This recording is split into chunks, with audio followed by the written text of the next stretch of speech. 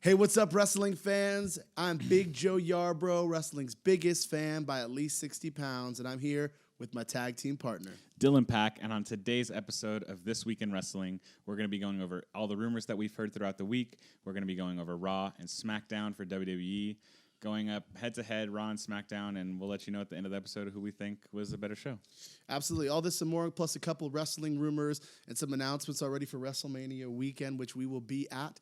All that and more here on the dgenerationxl podcast, where we bring you all things wrestling all around the world. Break it down!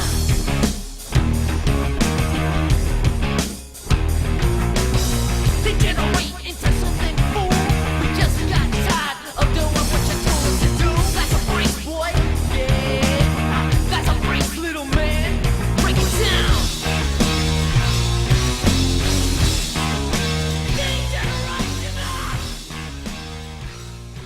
And we're back here, the D-Generation XL Wrestling Podcast, coming to you live, fresh off of Monday Night Raw. Here we're going to cover this week in wrestling and more. We got a bunch of exciting stuff coming up here. We're going to be covering Survivor Series, covering War Games this weekend. We're going to have some guests on the show. It's going to be a busy weekend for us. It's going to be a very, very busy weekend. We're hitting the Swap Meet Friday. That's right. We're hitting War Games Saturday, hitting Survivor Series Sunday. We're going to be live streaming with some of our friends. We have some guests coming on for War Games. It's going to be pretty great. Yeah, I'm very excited. We try to bring you as much content as we can with the busy schedules that we are faced with on a weekly basis.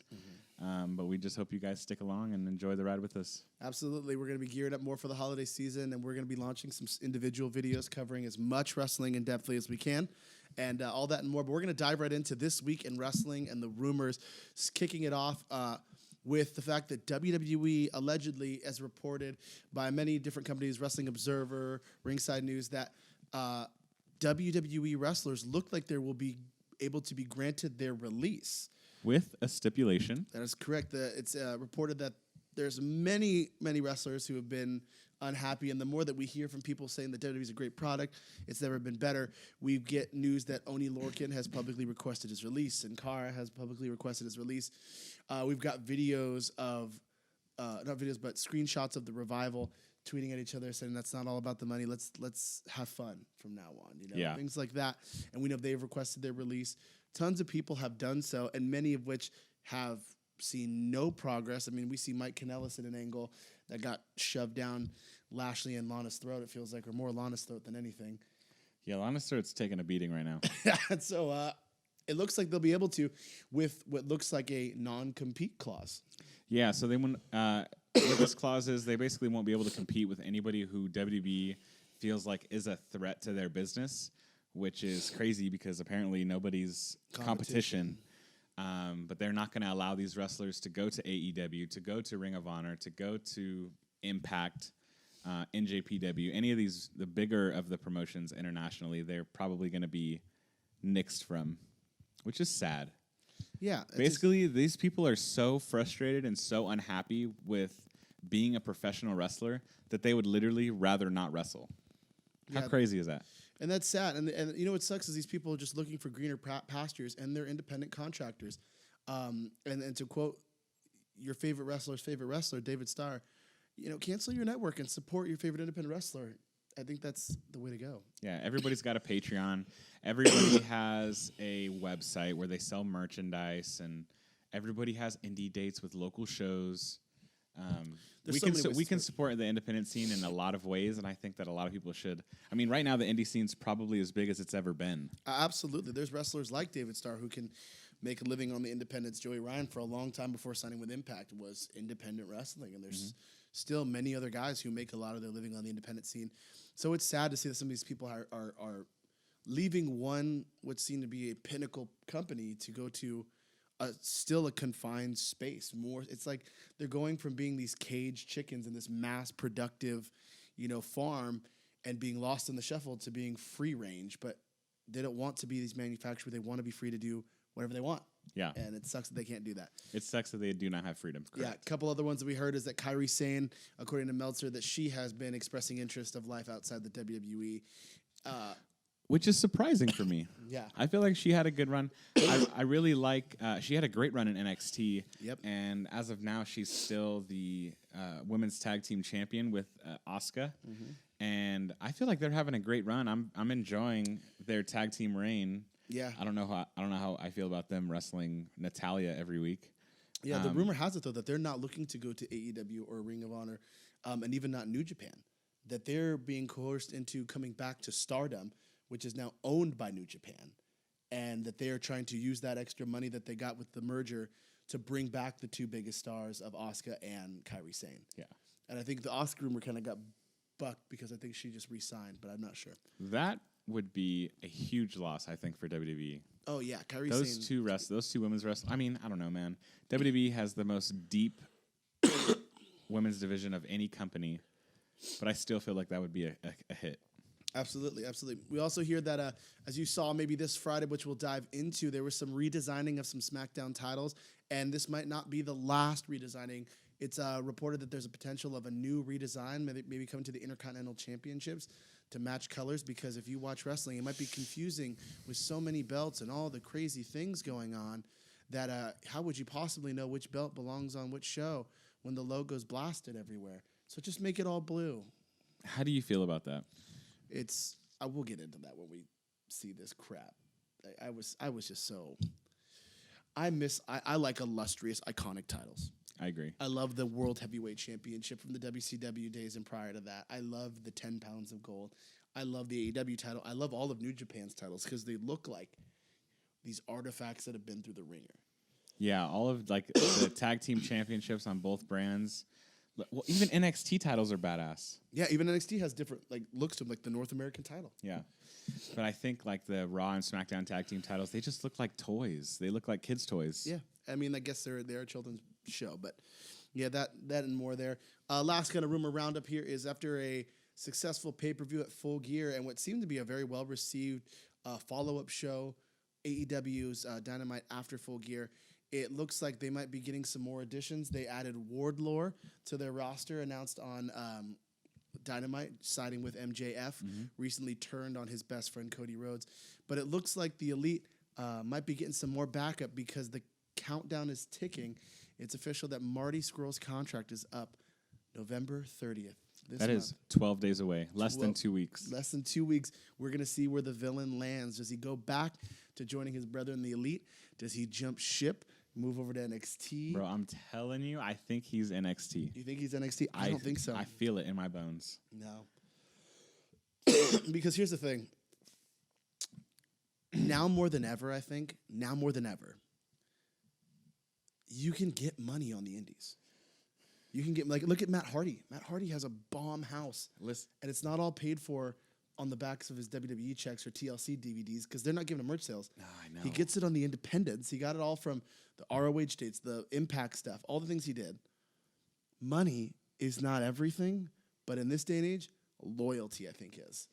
I agree with you 100%. But I think it has to cross every wrestler's mind. There will never be a bigger show than WrestleMania. I disagree. You think there's someone in the future is going to be bigger than WrestleMania? I think there'll be a show bigger than WrestleMania, but I don't think it's going to be AEW first to do it. Really? I think Wrestle Kingdom will slowly become bigger than WrestleMania. Wow. I already want to go to Wrestle Kingdom because, look at it. I don't know. They just lost a bunch of stars. I know they're still stacked over there in New Japan. Let me just point out to you, what's the first thing that really busted open this fragile egg that was the WWE? What was think back, what would you say? What was the first thing that made you go, dude, I got to go watch New Japan or I got to go watch independent wrestling? For me? Yeah. John Moxley. That was John Moxley. For me, I think for a lot of people was, wait, Jericho is going where? You see him in the Rumble, and then all of a sudden you hear, wait, You know Chris what? Yeah, I Jericho's forgot going about to Chris Jericho's going to wrestle Kenny Omega? Then That's you go, true. who's Kenny Omega? So a lot of fans go, who's that? And you watch and you go, oh, this guy's crazy. Like, this is a different style of everything. And Chris Jericho coming over and saying, I'm the alpha. Listen, you might give me some flack for this one. I think it would have been better if Jericho came over in his prime. He's still a fantastic top 5 wrestler, I think, right now, based on how he can tell stories in the ring. but ability, like looks, all those things have deteriorated. I think that if he would have jumped ship earlier, or if somebody like Kevin Owens or who's hot right now, even like Drew McIntyre. I know he did his run on the independents, but if somebody like Finn Balor or one of those guys came back over, I don't know. I just feel like that would be a bigger deal. See, even John Moxley, I think, is in his prime right now. But even then, do you think John Moxley, honestly, do you think John Moxley made as big of waves in the wrestling world coming out of New Japan as Chris Jericho did when he first showed up? Well, I think that Chris Jericho walked so that John Moxley could run. That's what I'm trying to say is I almost would argue I think Chris Jericho's in his prime. Wow. Because no way. Hear me out. There's been stars doing what you said Jericho did in their prime. Do you think Lesnar's in his prime? No, not at all. But Lesnar went to New Japan way before he came back to WWE, way before but that was like young Brock. He was still on the face of the video game. Here comes the pain. There was all this thing. He was a Heyman guy. Then he left to do the Vikings thing. And when he came back to wrestling, he didn't come back to WWE. He went to New Japan. Yeah. And they paid him the money, but you didn't really watch it. Kurt Angle, a Hall of Famer. You watched, you didn't hear about it. These guys that were there went over there, and they got paid big money. Also, the media outlet, like the ways to watch these other promotions was not as... Exactly. But then Jericho, I think, just picked his time and place and went, I think I can... And here's the other thing. You can have the outlets because there was guys later doing it. AJ Styles. Yeah. He came to New Japan way before Jericho showed up, and he had all the outlets, and that's known as the best wrestler in the world at the time. He could have been the guy that come back to New Japan and challenge Kenny Omega and all that stuff, but instead, you get Jericho going in the same opportunity he's been his whole career. All right, I don't have the WWE banner on me. I'm going to go over to Japan where I started my career as this Lions, the lion tamer. I got to get over.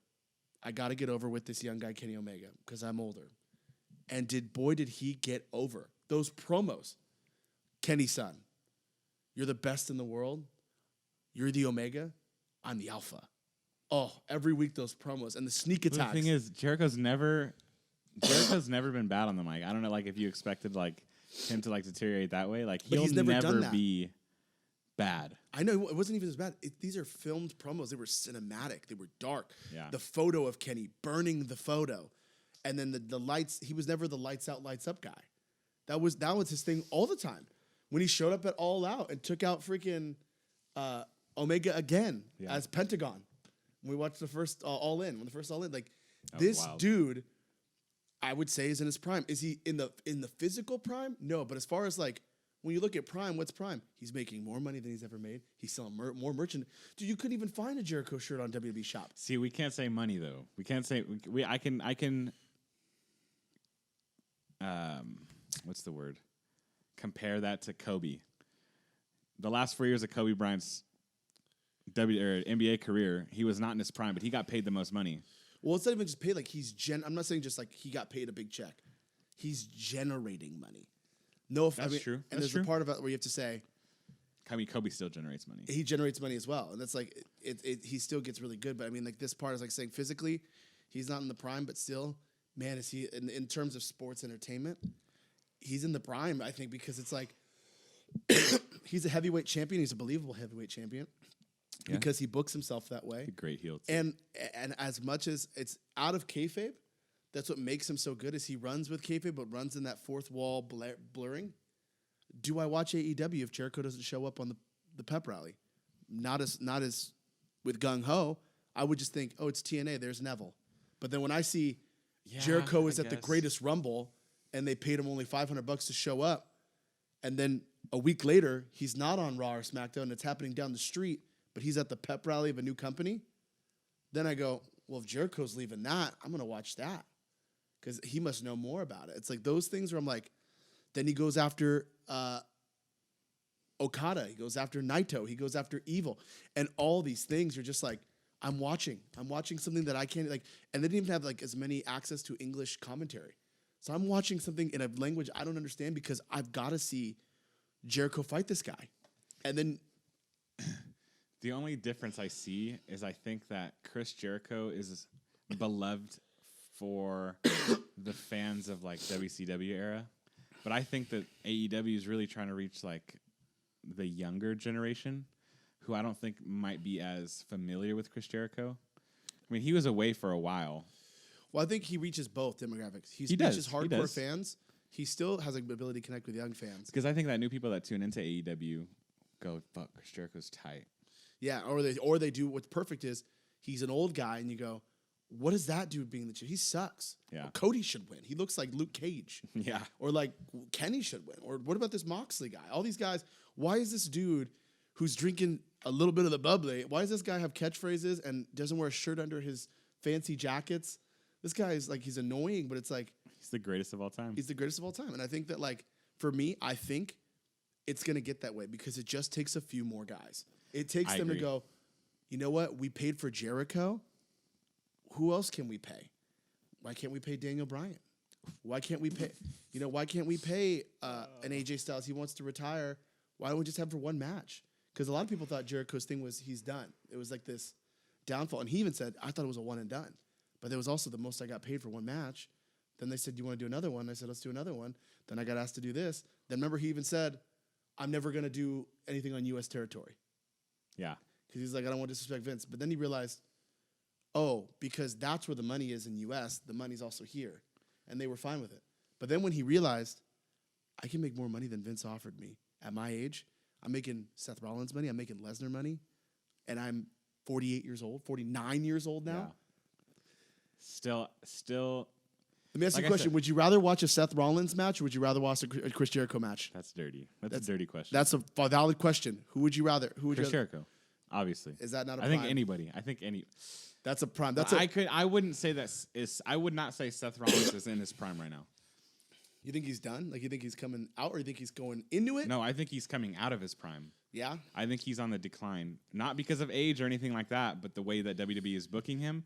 I think we're getting into Roman Reigns territory where, like, damn, he's a great wrestler, but the fans are just going to start hating him because of the way WWE books him. So he's not coming out of his prime because it's his fault. So here's a good one. What would you rather watch? Would you rather watch an AEW, even without the title on him? You want to watch a main event where Chris Jericho's working somebody or a main event where The Fiend works somebody? The Fiend. You really would? Yeah. I personally would watch Jericho.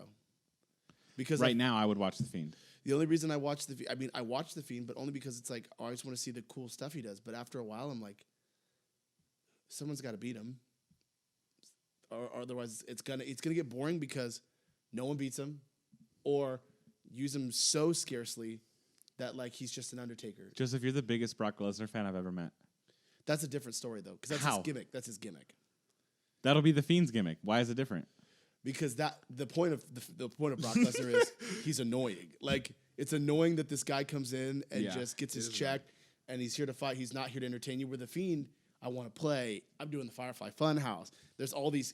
There's character development to him constantly, so it's more of lore than it is like wrestling. Brock Lesnar is like, there's no lore. I hate you, and it's just like, well, I gotta watch because I want to see someone beat the guy who says he's for me. Seth Rollins says he's for me, so I got to see him beat him.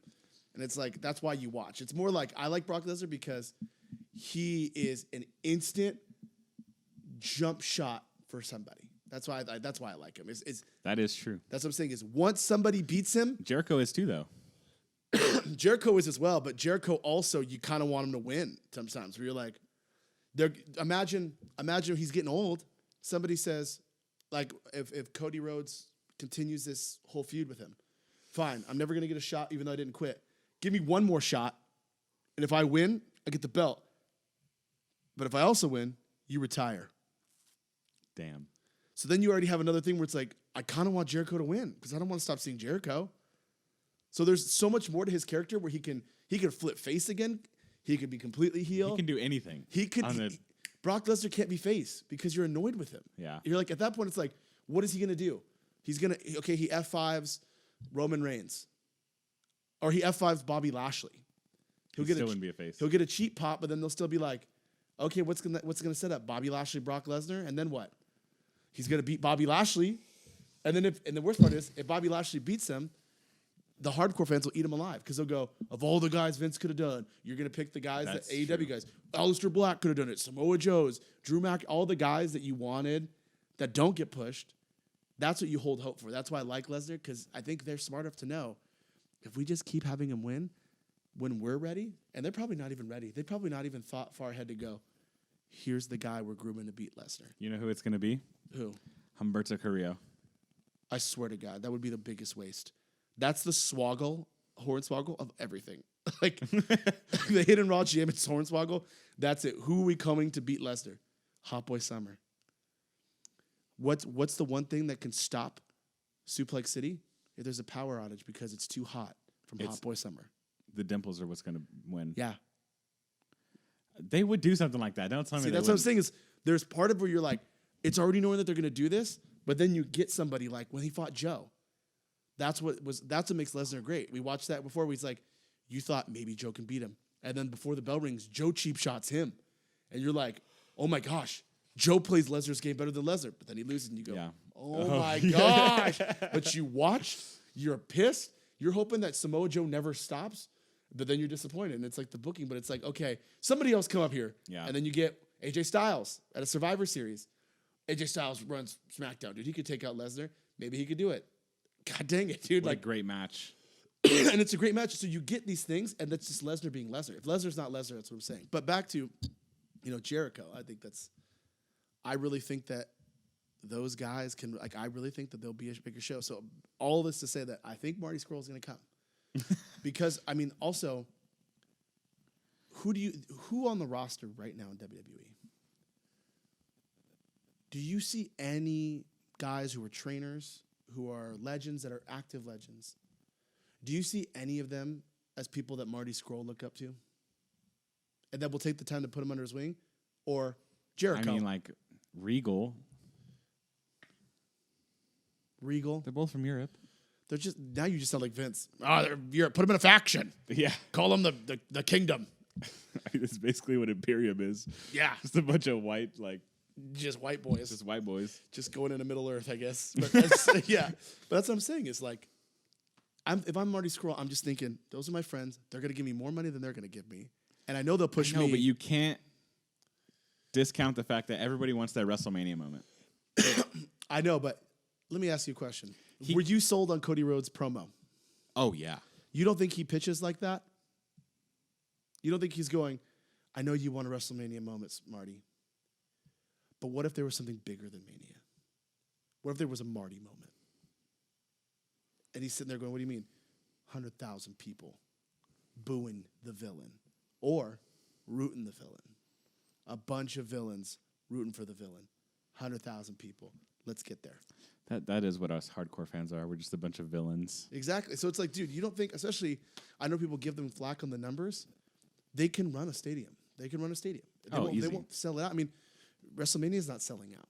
We got our tickets, the day of just to get good seats, but scalpers are buying them, and we went last year. It was not sold out. No, not at all. It was very open, So I think just for that, if I'm Marty Scurll, I'm thinking I can get right under the wing of the best, Jericho. Like when you look at other people, Ric Flair's not going to be there to help him. No. Shawn Michaels may be in NXT, but he's not even one of the best as far as like superstardom. Ric Flair, Chris Jericho, maybe Triple H, but he's too busy running a brand. Jericho is an active, that's a roster running guy. the whole damn company right now. Yeah, running the whole damn company, but you got Jericho in the locker room. Hey, we're working this. He's inner circle. not at all management. No, I'm here to work, and I'm here to be a locker room leader. And when I look at locker room leaders, who's he got back there? Adam Cole? Oh, the guy I kicked out of? What do you mean? It's Roman Reigns. Well, like he's going to NXT, if he goes to NXT. Like who I got? Adam Cole? The guy I kicked out of Bullet Club? That's the leader? Nobody's going to care about the storyline. But I'm just saying, like, he'll look at it like, dude, I'm selling more merch than he is in Hot Topic. I make more money than he does there. That's my locker room leader. Or like Johnny Gargano, like the dude I beat in PWG's Battle of Los Angeles 3 years in a row. Like, I was over before he was over. That's my leaders now. Like, I have to pay dues again. He's going to a company where he's going, you already paid your dues, dude. You helped build this place before you got here. I just think there's more to it. Like, I think there's, same with Kenny. Everyone thought maybe Kenny. Yeah. As soon as his contract was done with New Japan.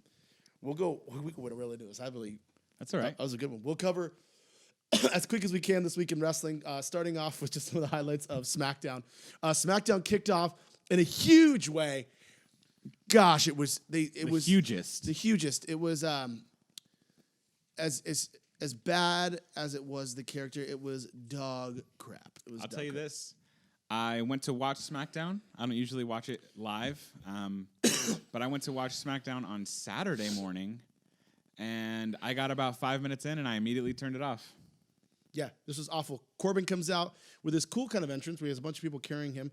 For some reason, Rude and Ziggler are waiting in the ring for him, so now they're a faction. I don't know what they are now. They're like King Ziggler. He's their king. No, he's just their king. Oh, King Wrigley. They're his servants. Okay. Yeah. That's pretty awful. And so anyway, they pledged their loyalty to his kingdom, and the new stable called Kingdom. I don't know what it is, but Are they doing that? I honestly didn't watch this segment. They didn't. Is that what they call them? No, they just said they pledged their loyalty to him. But Oh. It's like they serve the kingdom. Long story short, Corbin invites Reigns to the ring, and music hits, and we're not even kidding you. There is a ridiculous video of a mascot dog wearing Roman Reigns' gear, doing Roman Reigns' mannerisms, and there was like high-pitched barking and howling to Roman Reigns' music. He was just in his persona. We're done with that. It was pretty awful. Then they decided to push the only thing that they have going for them that's outside the Fiend is they showed CM Punk. Oh my God, CM Punk. And if this goes to something, man, my tickets are going to be so much more worth it. But I think what it is just going to be a big fat. Yeah, he's not wrestling. No. I've given up any hope that CM Punk will ever be in a wrestling ring again. It's just not going to happen. I'm tired of the countless years of The teasery. the foreplay. It's not gonna happen. No. So we get that package to show this, to highlight this high impact, high intensity, not thrown together at all match of Robert Roode and Dolph Ziggler versus Mustafa Ali, not Ali, just Mustafa, Musi, Fafa, Tati. He just changes his name so many times. Make up your mind, creative. And the one and only, who should not be named, Shorty G. G. Yeah. We just call him G. Mustafa Ali, fabulous he, Ali Ababua. Yeah, so basically all that happens is that these guys are going after it, and Roman Reigns finally comes down to avenge his persona, and he spears Rude on the outside, and then Gable hits the German suplex, followed by a 0-5-4 for the win for Ali, Mustafa, and Shorty G go over. They aired footage of the Fiend's attack from Daniel Bryan last week, and they said that we're going to have a Firefly Funhouse segment, and none of us really care. Why do they still call it the 054 if he doesn't do it reverse anymore? I don't understand. I think he did do reverse. He didn't, because Shorty G did the roll up. You're right. German suplex to the 450. Just dumb storytelling. Anyway. Yeah, anyway, next thing we have is Braun Strowman versus Drew Gulak, and apparently this was for a spot in the Survivor Series team. I like this. Shut your damn mouth. I like this. Your whole argument before, invalid. We should just edit it right there. If you thought, oh, who should I have on my team as Captain Roman Reigns? Should I get the only dude that's bigger than freaking Brock Lesnar, or Drew Gulak that has PowerPoint? I just want Next my team. thing. I just want my team to be ready. And Drew Gulak is the teacher that would get them prepared, the coach. Yeah, this match went longer. We got to watch film on the other teams, and Drew Gulak would get us through that. Let me tell you something right now. Your whole rant, Gulak already lost from the bell time to win, pin. Longer. You talked longer than he pinned. The B team was by his side. No, this one they did not. It was just him, and he made quick work of him. He destroyed everyone. This put Strowman over big here. It was just a big deal. Next thing we have New Day cut an interview with Caleb Braxton, saying that they're The going. B team was there. Don't lie on me like that. But they didn't do anything. He just squashes him, and then he just took all of them out. I don't know, dude. They're just doing my boy Gulak wrong. Anyway, we get the New Day versus the Revival, which was a super exciting thing because this is for their tag titles. This is their rematch, which apparently that's another news that they said they're already done with the whole automatic rematch rule, not happening. They're saying it's back. Back already. They're like, yeah, automatic rematches happen.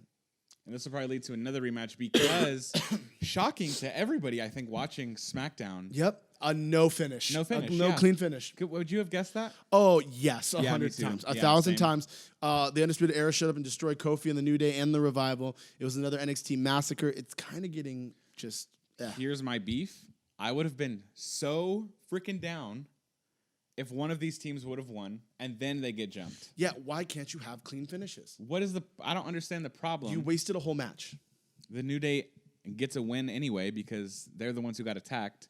So Someone needs to have a win to go into this thing. Yeah. There's no, I mean, obviously, like NXT has the Undisputed Era. well, NXT in general has the momentum going into Survivor Series, which makes me think that they're not even going to win a match. Yeah. Because they've been so dominant over Raw and SmackDown, just invading every week. It's just, I don't know, man. I'm scared. I'm very excited, but I'm very scared. Yeah. So basically, what happens here is, I just think that, it's just not a good time. Next thing we have Heavy Machinery going up against Enhancement Talent, and they won. I feel like the only thing that happens in WWE is you only win if you're facing Enhancement Talent. Yep. And you have to watch a pay-per-view to watch a pinfall. And you're not even guaranteed that Hell in a Cell. Oh. Yeah. Next up, we have Bayley versus Nikki Cross. And this is going to be a really good one here. And what happens is another no finish. Here we go. No finish. That's 2 tonight. Back to back, no finishes. And this is supposed to be for like Nikki to join Team SmackDown or whatever. Shayna Baszler shows up early. Bayley went to leave, and then Tegan Nox, Rhea Ripley, Dakota Kai, Mia Yim jumped the barricade. They pull Bayley back in front of Baszler.